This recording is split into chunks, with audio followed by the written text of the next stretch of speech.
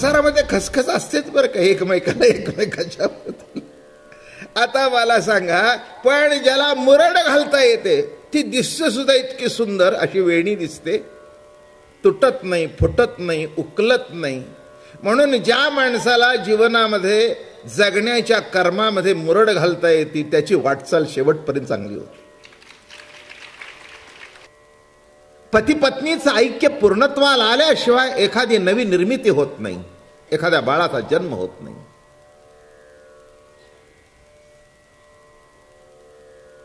त्या अनुरागाचं ते एक व्यक्त दर्शन आहे,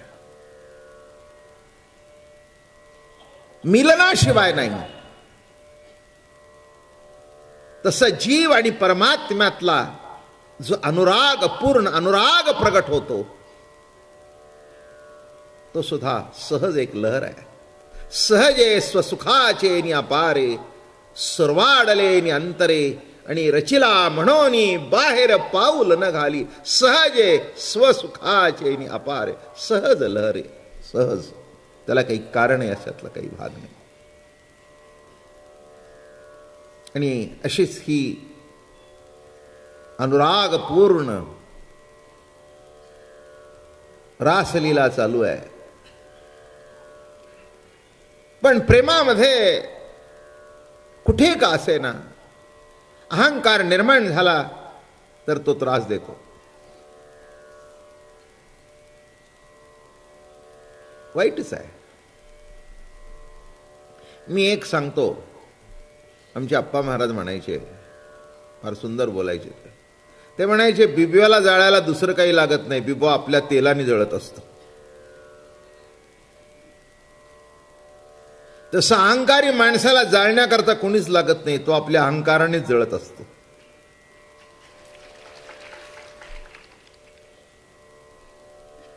त्याला जाळण्याकरता काही कोणी लागत नाहीये.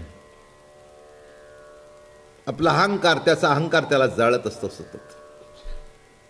कारण अहंकारी मनुष्य सतत आपला अहंकार जपत असतो की त्या अहंकाराला कोणी धक्का लावेल की काय याची त्याला काळजी असते. बरं का, जितकं जितकं तुम्ही अहंकाराला जपाल तितकं तितकं तुमचा अपमान झाल्याशिवाय राहणार नाही, लिहून ठेवा. तुम्ही म्हणाल माझा कोणी अपमान करेल तर मी संपवून टाकीन. अरे जाओ, तुम्ही संपवता त्याला संपवता तुम्ही संपून जात. जी लोक तडातडा बोलतात ना, ते समजाव भिंगरी फिरवली. फाड फाड फिरवले की काय तुकडाच पडतो. आणि नुसता तुकडा पडत नाही तर असे दात येतात बाहेर. ते कापलेले कसे येतात, असे असे टोको टोको टोको टोको टोको येतात. एक लक्षात ठेवा, शक्यतो आयुष्यामध्ये कापाकापी करायच्या भानगडीत पडू नका. शक्यतो अहंकाराला मुरड. मी अप्रस्तुत सांगत नाहीये, संसारिक अहंकार सांगतोय बरं का. विषय मांडायचे म्हटले तर कितीतरी सांगता येईल, काय नाही ते चरित्र पुढेच सरकायचं नाही असंही होईल. नाही तर काय झाले, 10-11 दिवस तर सहज झाले काय. पण हेही ऐकण्यासारखं आहे. भगवंताची रास जर नीट कळायची असेल आणि भक्ती प्रेमाची अवस्था प्रगट व्हायची असेल तर अहंकार निर्माण होऊन जमणारच नाही. हे लिहून ठेवा तुम्ही, कुठेही तो चालत नाही. 2 शब्द मागे घेऊन 2 पावलं मागे घेतात त्यांचं जीवन यशस्वी होतात. मग त्यांना भित्रे म्हणा नाही तर त्यांना काय म्हणा, पण त्यांचं जीवन यशस्वी होतं. 2 पावलं मागे सरलं तर कुठे बिघडलं, काही तसं काही अपमान बिप्मान काही तुमचा होण्यासारखा नाही आहे. पण का म्हणून आटपलं, सर्व ऐक्य होईल. पण जीवशिवाचं ऐक्य असून त्याची प्रतीत होत नाही. म्हणून जवळी आहे परिभेटेना.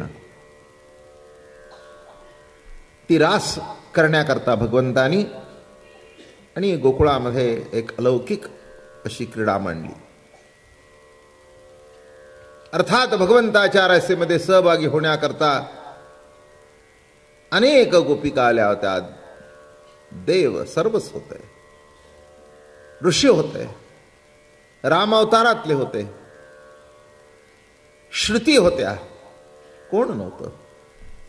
सर्वच त्या लीलेमध्ये भाग घेतो. अगदीच भक्तिरसातून सांगायचं तर पूर्ण अनुराग रससार सरोवर नमे गोकुळ. पूर्ण अनुराग रससार सरोवर. त्यामधले तरंग हे गोप आहेत, त्यामधल्या लाटा ह्या गोपी आहेत, त्यामधलं नील कमल हा कृष्ण आहे आणि त्या नील कमलातला पराग ही राधा आहे.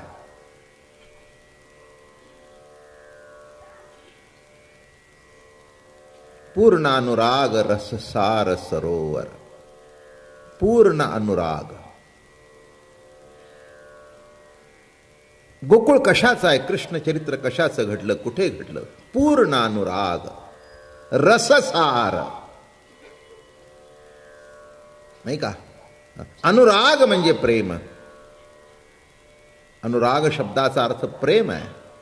तसं नुसतं प्रेम नाही तर पूर्ण अनुराग रससार सरोवर नमे गोकुळ. त्या सरोवरामध्ये अशा लहरी आहेत, त्याच गोपिका आहेत, तरंग आहेत, तेच गोपाळ आहेत. ऐका, अनुरागावर जेव्हा एखादा तरंग उठतो, जेव्हा एखादी लहर उठते, ती तितकीच मोलाची असते. रागाची लहर निराळी, द्वेषाची लहर निराळी, मोहाची लहर निराळी, विषयांची लहर निराळी आणि अनुरागाची लहर निराळी. ऐका, म्हणून इतर ठिकाणी अनुराग असेल, गोकुळामध्ये पूर्ण अनुराग. तो अनुराग ते प्रेम पूर्णत्वाला पोचलेलं होतं, म्हणून रासक्रीडा घडली.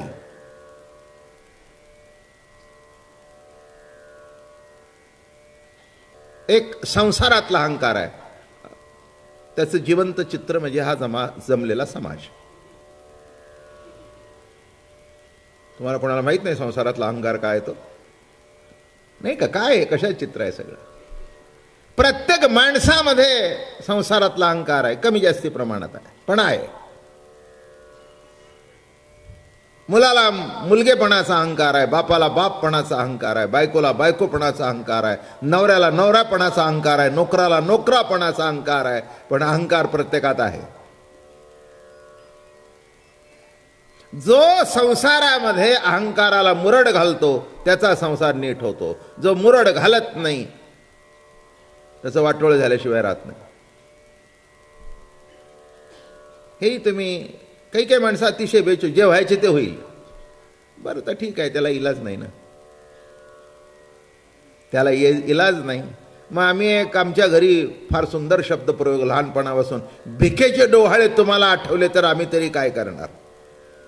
भिकेचे डोहाळे कळले का? एखाद्या बाईला डोहाळे लागले, काय लागले? नवरा म्हणला माझ्या पोटात डोहाळे लागले. काय म्हणले? 4 घरी भीक मागावी. मोठा भिकारी तुझ्या पोटी येतोय, धन्य आहे तू, येईन मी.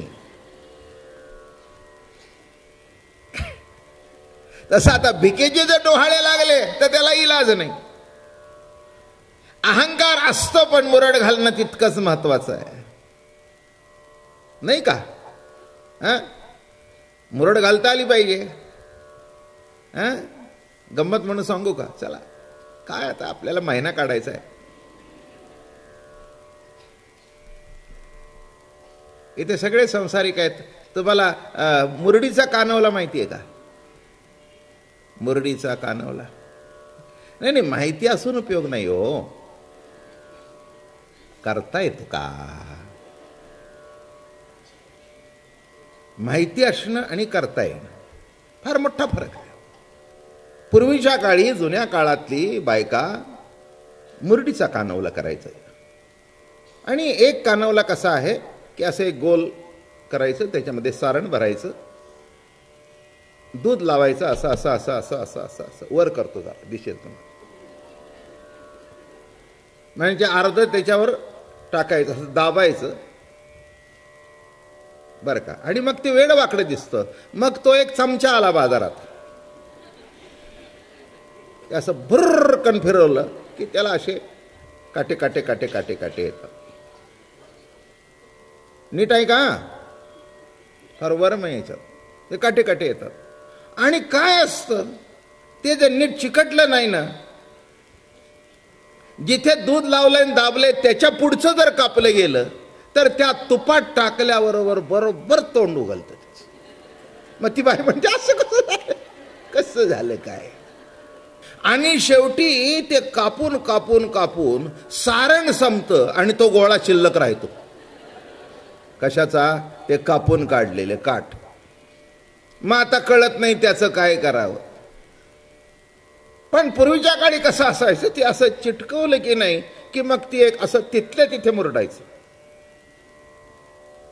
ती अशी एक वेणी तयार होते.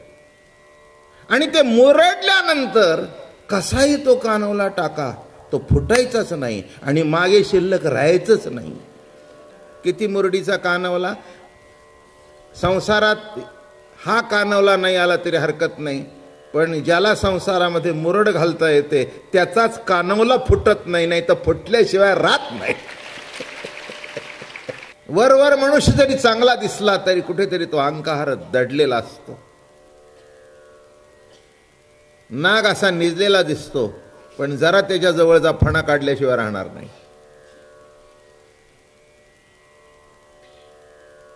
साधे अहंकार बरे, साधे साप बरे, पण फणा काढणारा वाईट. त्याचा चावा बसला तर विष खलास करून टाकेल समोरच्याला. थोडं समजून घ्या. घेतलं तर बरं पडेल, नाही तर आपलं चालूच आहे. ये रे माझ्या मागल्या, मी प्रवचन सांगतोय आणि तुम्ही ऐकतोय. तुम्ही आहात तिथे आहात, माझं आपलं चालूच आहे. तो का म्हणे मेलो सांगता सांगता. काय नाही म्हणजे हे मी तयार केलेलं प्रमाण नाही, गात्यातच आहे. काय म्हणतात तुकाराम महाराज? तुका म्हणे मेलो सांगता सांगता. ते म्हणाले अरे बाबा तुम्हाला ना सांगता सांगता मेलो मी, पण तुमच्यात काही फरक पडला नाही. पुढचा म्हणाला एवढं तुम्हाला सांगायला तरी कोणी सांगितलं होतं? बरोबर, हेही बरोबर. कळलं का? काहीही चुकलेलं नाही. पण लक्षात ठेवा, शेवटी काय आहे, दुसऱ्याचं नुकसान होईल हा भाग निराळा, पण जिथे आपलंच नुकसान होतंय त्याचा प्रथम विचार करावा. आणि दुसरं काही पैशाचे नुकसान अमकं तमका हा पुढचा भाग आहे, त्याची प्रक्रिया आहे ती. मूळ द्वेष, मूळ अहंकार. आणि इथे सुद्धा तेच लिहिलंय बरं का. अहंकार कोणत्याही क्षेत्रात चालत नाही, भक्तीमध्ये सुद्धा नाही. किंबहुना उलट असं मी म्हणेन की ज्ञानाच्या ठिकाणी अहंकार शोभून दिसतो, पण भक्तीच्या ठिकाणी शोभून दिसत नाही.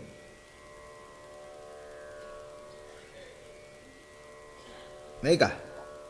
वारकऱ्यात बसून बिडी फुकायला लागलेलं बरं दिसत नाही, नाही का? नाही का? आता काय दारू पिण्या इतकं काही बिडी फुकणं वाईट नाही आहे. पुष्कळचे लोक तंबाखू सुद्धा खातात, पण ते आपण कुठे बसलोय याचाही विचार करून फुकावं, नाही का? तसा अहंकार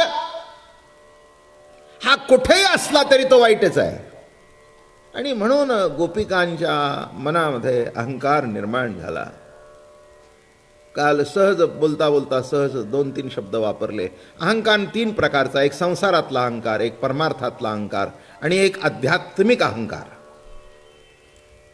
अशा अहंकाराचे 3 प्रकार आहेत माझ्या दृष्टिकोनातून. आणखीन कोणाची काय असतील त्या